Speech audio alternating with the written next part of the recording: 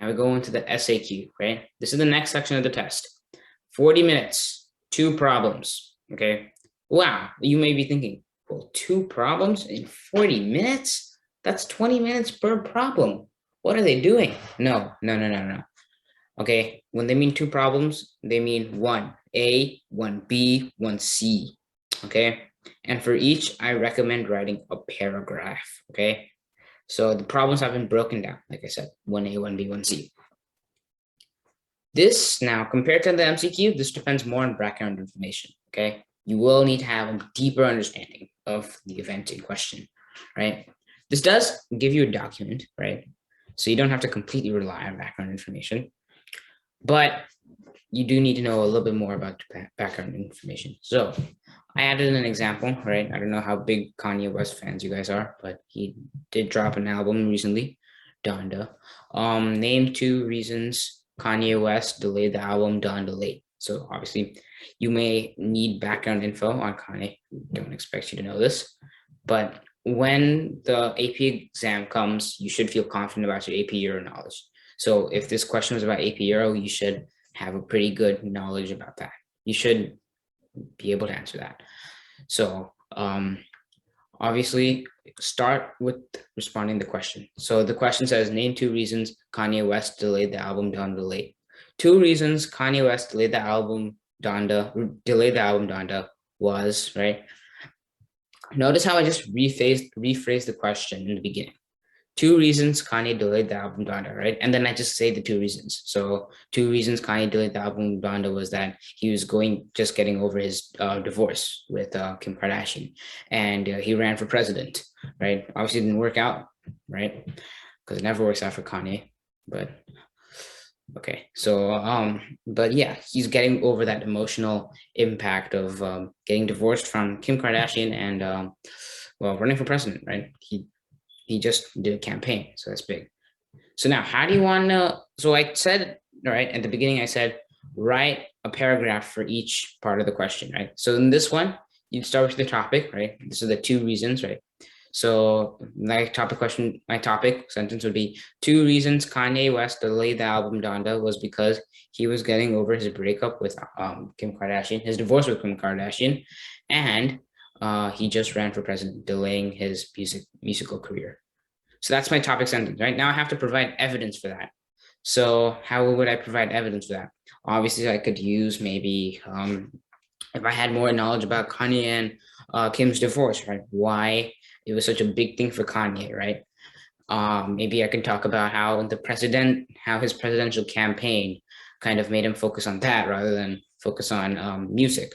You then analyze this, right? That's analysis, right? Analyze how maybe the emotional impact of Kim leaving Kanye, how that maybe made him felt sad and maybe not as focused on music. So this is all analysis, right? Just analyzing the evidence.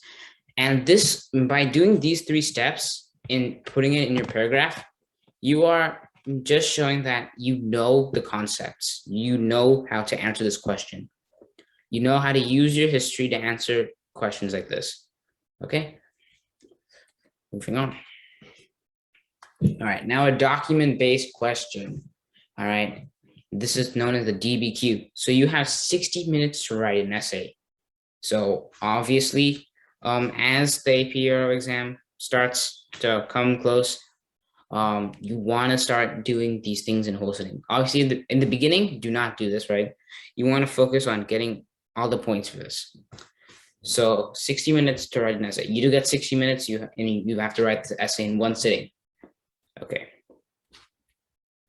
Now, you will be given 7 documents, okay? These are all historical documents, and you must analyze 6 of them. Oh, you should analyze all 7 of them, right? And there will be a question that your essay will be answering. So there will be like some historical question, right? And then you have to answer the question, right? By answering the question, and your answer will just be an essay, right? For evidence, you must use the documents. Okay, it's really simple.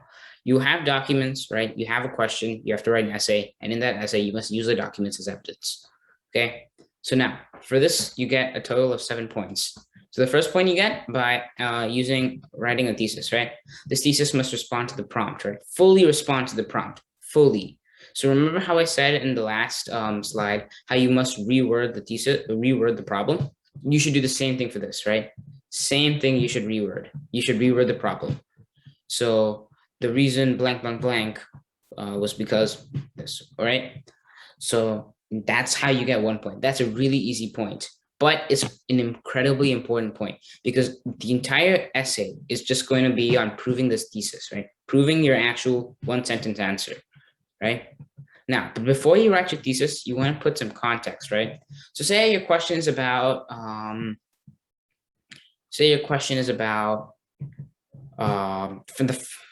don't want to use the French Revolution again. Say your question is about the Renaissance, right?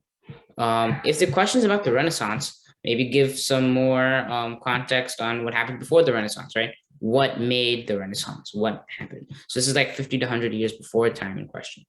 So like 50 to 100 years ago, before the setting in question, what was happening, right?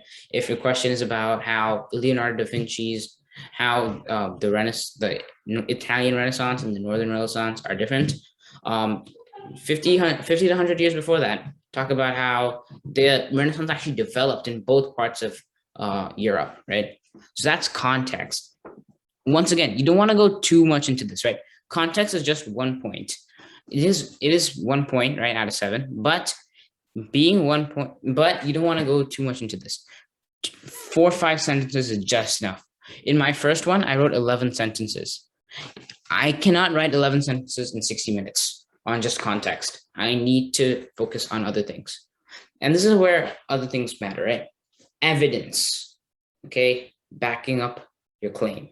Now, the College Board says that you get 1 point for you're using 3 documents, right? 3 documents to back up your claim. You get 2 points for using 6 documents to back up your claim.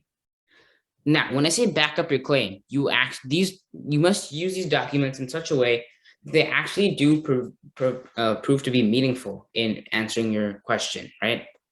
So using these 6 documents, you need to answer the question.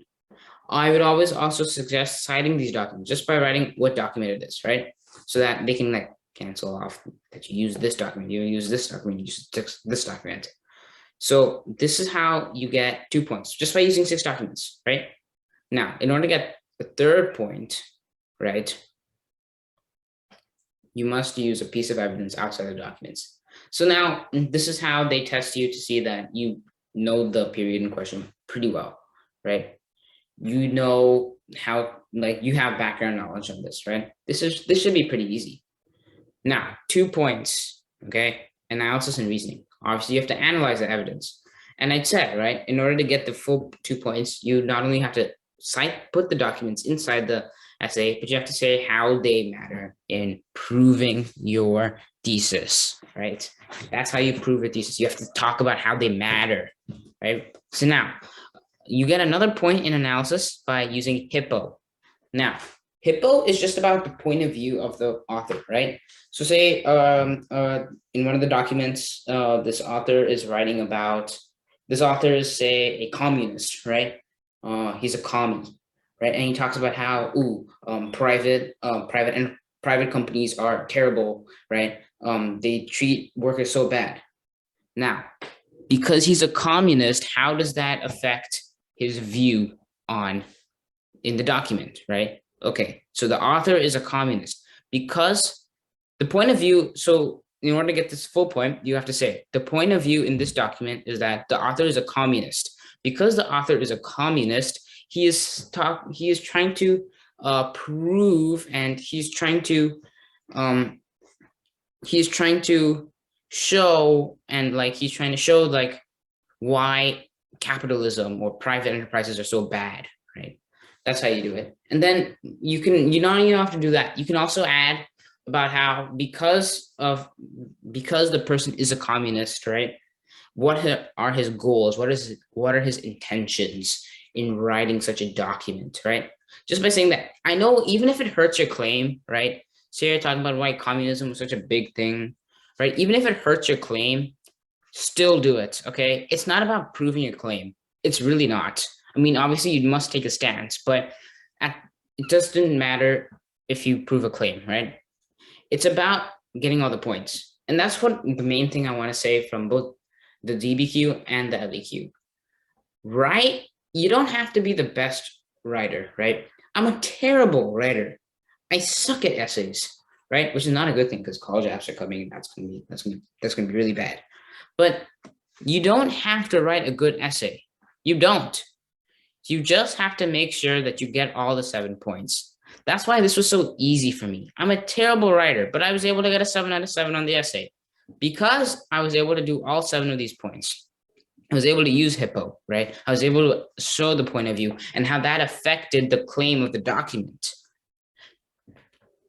You don't have to, they don't care about grammar. They don't care about, ooh, this, ooh, that, ooh, your thesis isn't being concise enough. They don't care about that. It's just 7 points. Pick up the 7 points, okay?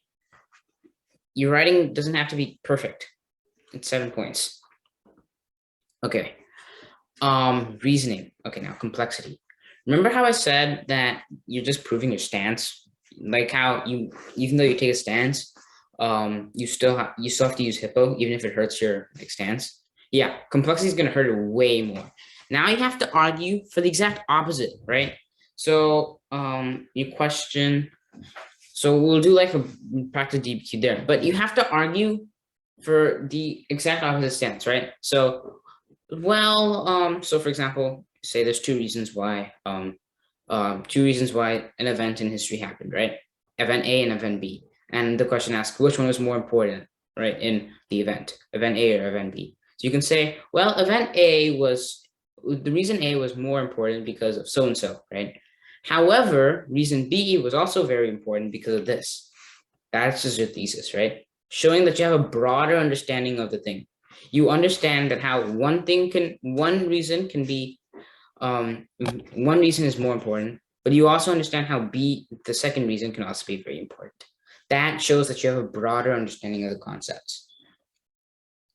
So now what I would say, right, is at least for the complexity, right? Complexity you should add in your conclusion, right? You don't technically need a conclusion. In a conclusion, just restate your thesis and talk about your complexity, right? Your opposing thing. Do not write a conclusion. That's not needed. If I were to break it down my essay, right? Say I would have 2 reasons, right? Supporting my claim. I would write my thesis, right? Or my introduction with my my context and my thesis, right? My claim. My second would be the first reason, right? That backs up my thesis. I would use some documents, maybe 1 or 2, right? My third paragraph would be another reason why, right? I would use another 2 documents. My fourth would be just my conclusion in the sense that I restate my thesis and I add complexity, right? I add by the way. So for complexity, at least, I would suggest not using more documents than your regular prompt, right? So say you use 4 documents for, say you have you use 7 documents, right? You want to use more documents for your claim than your counterclaim. So 4 documents for your, for just your regular claim, and then 3 documents for your complexity. That would work just as well, okay? You have to use 6, so you don't even have to use 7. Okay, now make a stance based on the documents. So I know this is about your bias, right? You know what's happened. Say you're very liberal, right? And you just hate, say you're a very liberal dude, right? And you just hate conservatism, right? Push that aside. You need to use the documents to the full extent. If all the documents, say you're a liberal, and if all the documents are using conservatism, right, or benefiting conservatism, you make your claim about conservatism, not about liberalism, right? Because you can use more documents, right? It's all about using more documents, okay? So just first read the documents, see what they're about. If most of them are about like one claim rather than the other, use that claim and use that claim as your document, as your answer, okay?